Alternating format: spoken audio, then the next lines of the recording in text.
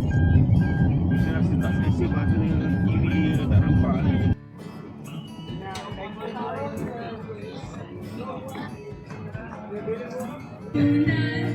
Aura, berapa beli baju dekat Maiden semalam?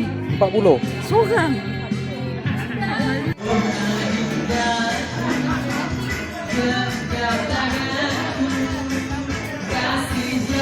Endat. Yang kampung ni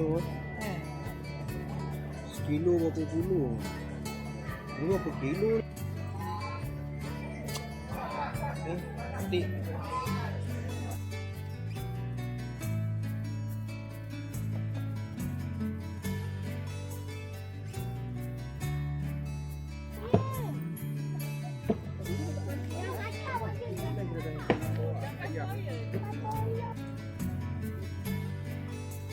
Sini dulu kau salah ni.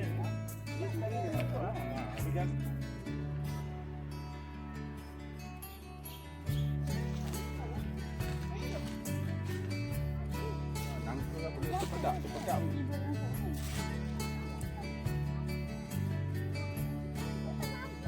Jumpa kat mana dia?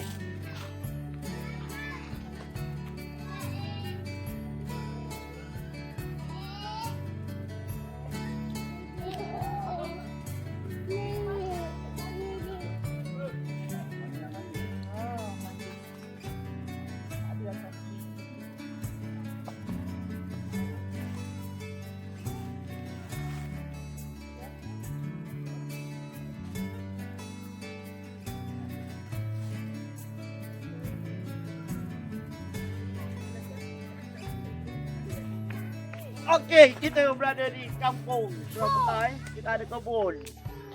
Kita ada ladang. Kita ada pokok getah. Pokok rambutan. Pokok nangka. Macam-macam ada.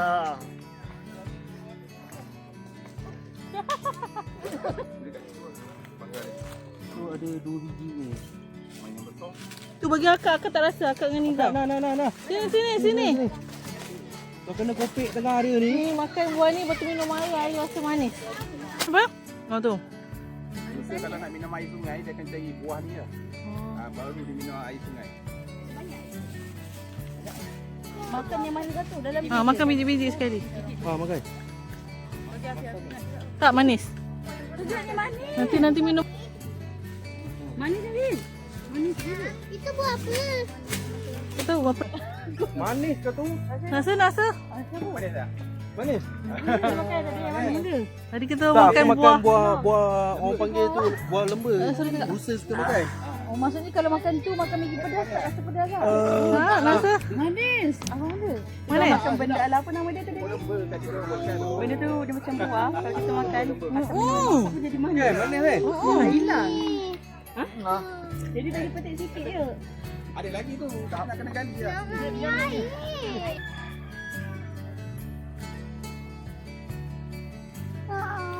Kita ada satu biji tu ni tinggal lain tak ada. Dah habiskan kan. Hari tu mula-mula dia balik jatuh. Oh. Masa dia balik hari tu kan. Ni Kira 2 biji lah ni jatuh tadi 1 biji. Satu ni sebiji. Tu kacau biji.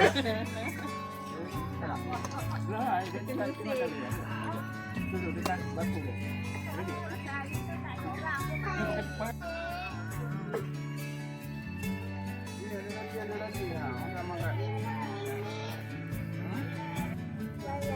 Lalat. Semut.